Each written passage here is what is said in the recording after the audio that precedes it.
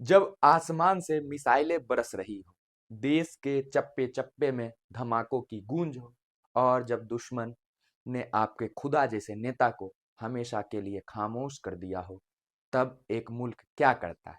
आज इजराइल और अमेरिका ने मिलकर ईरान के सर्वोच्च नेता अयातुल्ला अली खamenei का कत्ल कर दिया, और इस कत्ल के बाद पूरी दुनिया की सांसें सिर्फ दो सवालों पर आपकर थम गई है। पहला सवाल, क्या ईरान अपने सबसे बड़े रहबर की मौत का खूनी बदला ले पाएगा? क्या उसमें इतनी हिम्मत बची है? और दूसरा सबसे बड़ा सवाल, इस भयानक युद्ध के बीच अब ईरान का नया सुल्तान कौन होगा? वो कौन होगा जो इस खाली सिंहासन पर बैठकर दुनिया को आंखों में आंखें डालकर दिखाएगा? नमस्कार, मैं अंजेश, और संदेश संगम में आज हम उस रहस्य से पर्दा उठाने जा रहे हैं जिसे ईरान की दीवारें दुनिया से छिपाने की कोशिश कर रहा है।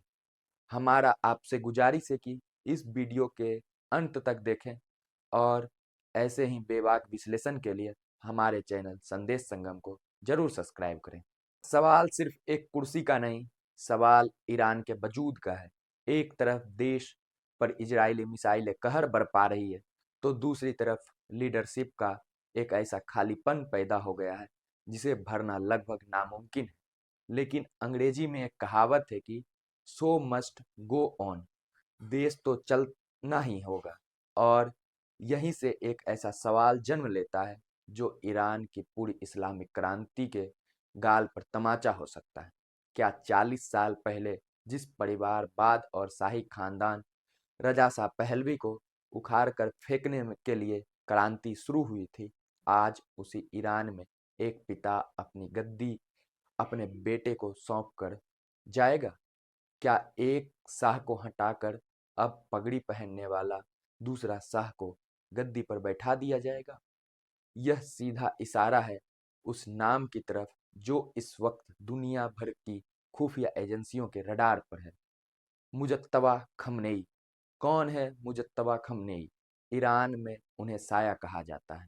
8 करोड़ की आबादी वाले देश में आम जनता उनके बारे में बहुत कम जानती है। वे चुनाव नहीं लड़ते हैं, वे रैलियां नहीं करते हैं, लेकिन एक्सपर्ट कहते हैं कि उनका यह रहस्यमय होना उनकी सबसे बड़ी ताकत है।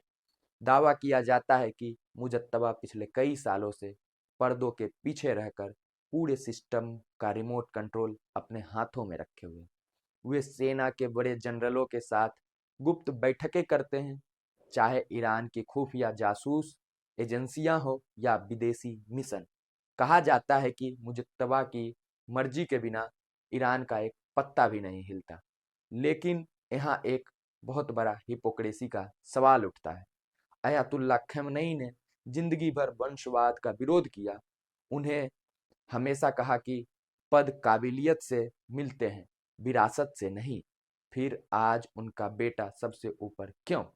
यहीं पर वो पुरानी यादें ताजा हो जाती है जिसे ईरान की सियासत को हिला कर रख दिया था। याद कीजिए साल 2024, जब एक रहस्यमयी हेलीकॉप्टर क्रैश में ईरान के तत्कालीन राष्ट्रपति इब्राहिम रईसी की मौत हुई।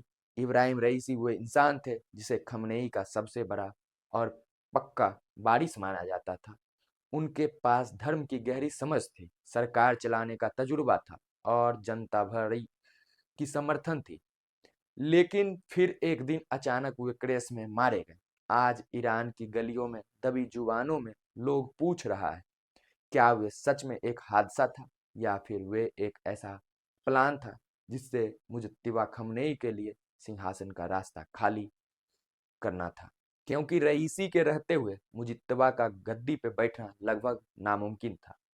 अब रईसी इस दुनिया में तो नहीं है। नया सुप्रीम लीडर बनने का काम असेंबली ऑफ एक्सपर्ट का है, लेकिन असली पावर किसके हाथों में? असली पावर है IRGC, Iranian revolutionary guard core के जनरलों के हाथ में। यह सिर्फ एक सेना नहीं, बल्कि अरबों डॉलर का साम्राज्य है। मुजत्तबा ने पिछले कई सालों से इन सेनाओं के अंदर अपना एक मजबूत नेटवर्क तैयार किया है। लेकिन क्या सेना के ये ताकतवर जनरल इतनी आसानी से खानदानी राज्य को कबूल कर लेंगे? ईरान एक धर्म शासित देश है, जहां सबसे ऊपर बैठने के लिए सिर्फ सेना का साथ नहीं, बल्कि अयातुल्ला की उपाधि यानी पदवी होना बहुत जरूरी है। आलोचक कह रहे हैं कि जिस पदवी को पाने के लिए मौलवियों को दशकों लग जाते हैं, मुजत्तबा के लिए वे रास्ता रातों रात साफ क्यों किया जा रहा है? ईरान के पवित्र शहर कोम के बुजुर्ग मौलवी इस बात से अंदर ही अंदर उबल रहे हैं। उनका मानना है कि राजनीति के लिए धर्म के नियमों से समझौता किया जा रहा है। तो कुल मिलाकर तस्वीर यह है कि ईरान आज सिर्फ बाहरी दुश्मनों जैसे अमेरिका और इजराइल से नहीं लड़ रहा है, उनकी एक लड़ाई देश के अंदर भी चल रही है। खमनेई की मौत ने देश को एक ऐसा दोहरे पर ला के खड़ा कर दिया है, जहां एक तरफ खूनी इंतकाम है और दूसरी तरफ सत्ता का खौफनाक संघर्ष। मुजतबा खमनेई रेस में सबसे आगे जरूर है, लेकिन उनके पास बेदाग धार्मिक छवि और जनता का समर्थन नहीं है, जो उनके पिता के पास था। याद रखिए, जब अचानक तेज धूप आती है तो साए में रहने वाले लोगों की चुनौतियां सबसे ज्यादा बढ़ जाती है। क्या मुजित्तिबा ईरान को इस तबाही से बाहर निकाल पाएंगे? क्या वे अपने पिता की मौत का बदला ले पाएंगे, या फिर सत्ता का लालच ईरान के अंदर खोखला कर देगा? आपको क्या लगता है? अपनी बेबाक राय कमेंट सेक्शन में जरूर लिखें।